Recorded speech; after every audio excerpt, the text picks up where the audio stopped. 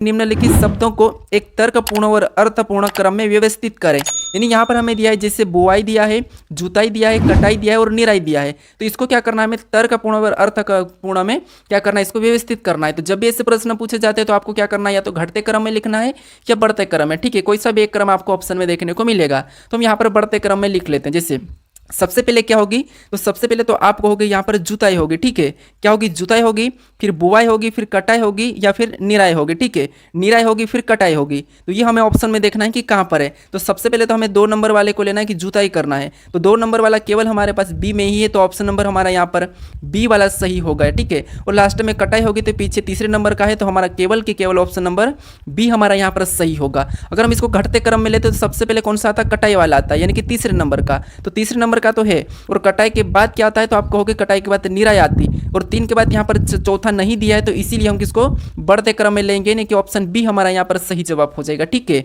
अब चलिए हम बढ़ते प्रश्न 12 पे।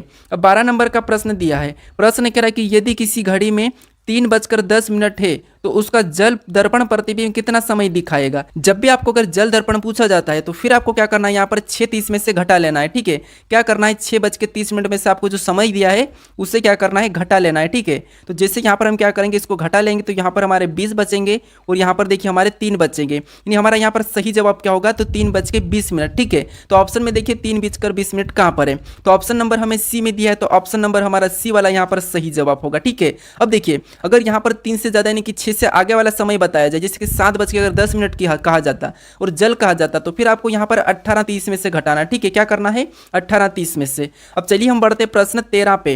अब 13 नंबर का प्रश्न दिया है। प्रश्न कह रहा है कि यदि बुक बराबर 30 BK और यहाँ पर देखिए एग्जाम बराबर 25 EM लिखा है तो यहाँ पर LOXR बराबर क्या होगा, ये प्रश्न पूछा है। ठीक है, तो जब भी इस टाइप के प्रश्न पूछे जाते हैं सबसे पहले तो हमें यह पता करना है कि यहाँ पर बुक बराबर 30 BK कैसे लिखा है और एग्जाम बराबर 25 EM कैसे लिखा है। तो यहाँ पर देखिए जैसे अगर हम यहाँ पर BK को देखते हैं तो यहाँ पर B और K को पीछे लिखा है और यहाँ पर भी देखिए E और M लिखा है, यानी कि यहाँ पर B, E और M को पीछे लिखा है, तो ये तो सही है। अब हम करेंगे यहाँ पर अंक कैसे लिखा है। तो जब भी देखिए आपको अंक मिलते तो आपको अक्सर में अंकों में लिखना है। जैसे वो हमारा 15 नंबर पे आता है और यहाँ पर देखिए ओ भी हमारा 15 नंबर पे आता है। ठीक है, अगर इसको आपस में जोड़ देंगे तो यहाँ पर हमारे कितने हो जाएंगे, 30, और 30 यहाँ पर दिया है।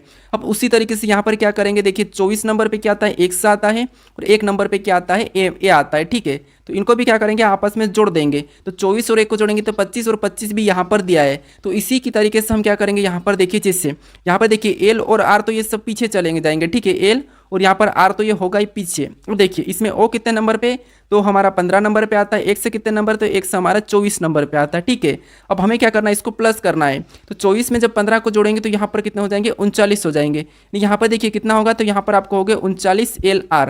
तो ऑप्शन में देखिए 39 LR कहाँ पर है, तो ऑप्शन नंबर देखिए हमें ऑप्शन नंबर बी में दिया है, तो ऑप्शन नंबर बी हमारा यहाँ पर सही जवाब हो जाएगा। ठीक है, अब चलिए हम बढ़ते हैं प्रश्न 14 पे।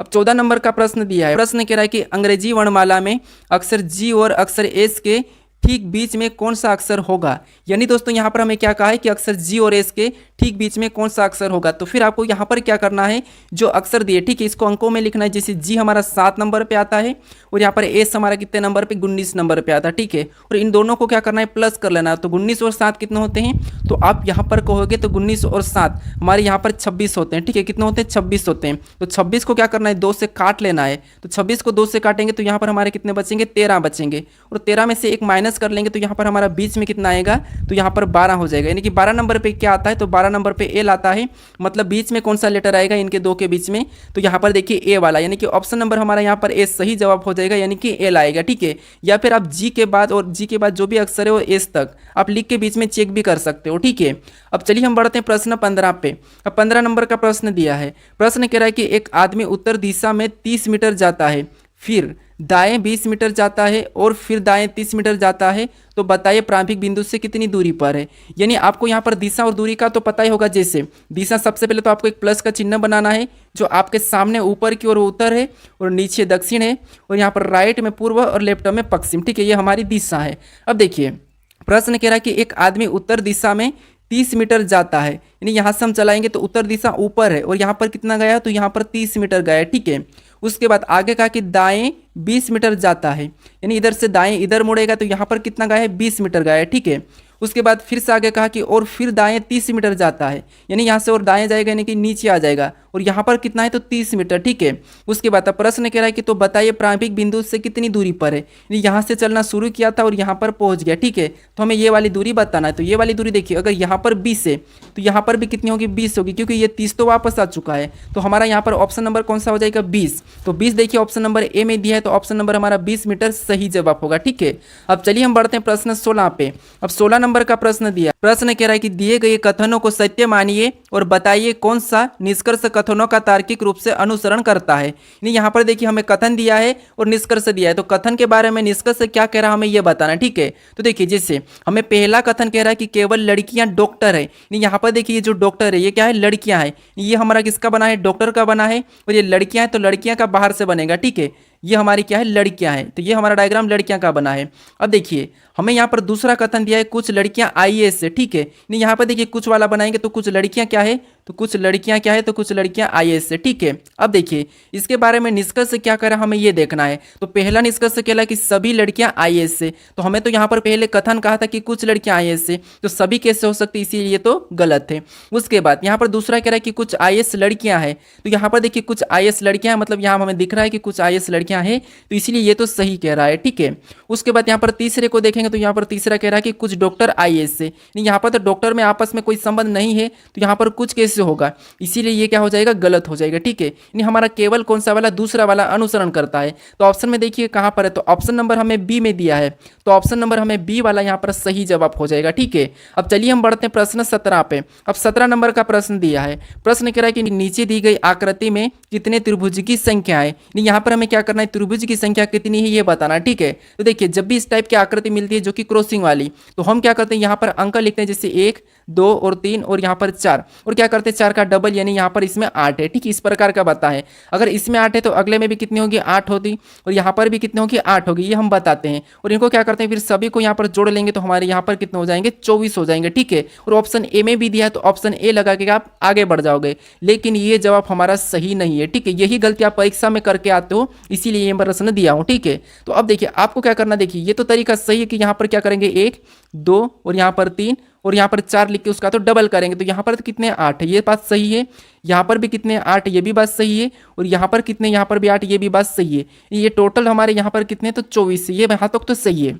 लेकिन यहाँ पर और भी हमारे बन रहे हैं। अब कहाँ से बन रहे, तो यहाँ पर देखिए एक हमारा यहाँ से ये बड़ा वाला बना एक हमारा यहाँ से ये वाला बना तो 2, और एक हमारा वापस से यहाँ से एक ये बना तो 3, फिर अपना यहाँ से ये वाला बनाएंगे तो 4। यानी 24 में हमें क्या करना है 4 को प्लस करना है, यानी यहाँ पर हमारे टोटल कितने त्रिभुज तो 28 है, ठीक है। तो ये भी आपको देखना है कि कहीं से और बन रहा है या नहीं बन रहा है। तो यहाँ पर देखिए ऑप्शन नंबर हमारा यहाँ पर बी वाला सही जवाब होगा, ठीक है। कौन सा वाला, ऑप्शन नंबर बी वाला। अब चलिए हम बढ़ते हैं प्रश्न 18 पे। अब 18 नंबर का प्रश्न दिया है, प्रश्न कह रहा है कि दिए गए विकल्पों में से दिखाई गई रेखा का दर्पण प्रतिबिंब बताइए। ये हमारा एसएससी सीएचएल 2023 में पूछा था, ठीक है प्रश्न। अब देखिए हमें क्या करना है, यहाँ पर इसका दर्पण प्रतिबिंब इधर कैसा बनेगा ये बताना, इसकी छवि, ठीक है। तो अब देखिए आपको तो पता है कि जो चिन्ह है, ठीक है, ये इधर आके इस तरह हो जाएगा, तो ऑप्शन ए वाला तो हमारा नहीं होगा। फिर देखिए यहाँ पर देखिए दोनों के दोनों चिन्ह यहाँ पर बदल गए वैसे ही, तो ये भी नहीं होगा। यहाँ पर तो चिन्ह ही नहीं बचा, तो ये भी नहीं होगा। ऑप्शन हमारा केवल हमारा कौन सा वाला, सी वाला सही जवाब होगा, ठीक है। कौन सा वाला होगा, ऑप्शन सी वाला। तो आपको क्या करना है, गलती निकालना है और आगे बढ़ना है, ठीक है। अब चलिए हम बढ़ते हैं प्रश्न 19 पे। अब 19 नंबर का प्रश्न दिया है, प्रश्न कह रहा है कि उस विकल्प का चयन करें जो दी गई। अब देखिए प्रश्न में दिया है 19 और प्रश्न कह रहा है कि उस विकल्प का चयन करें जो दी गई श्रृंखला में प्रश्नवाचक चिन्ह के स्थान पर आएगी। यानी यहाँ पर हमें एक प्रश्नवाचक चिन्ह दिया है, तो इसी श्रृंखला में कौन सी आकृति आएगी ये हमें बताना है, ठीक है।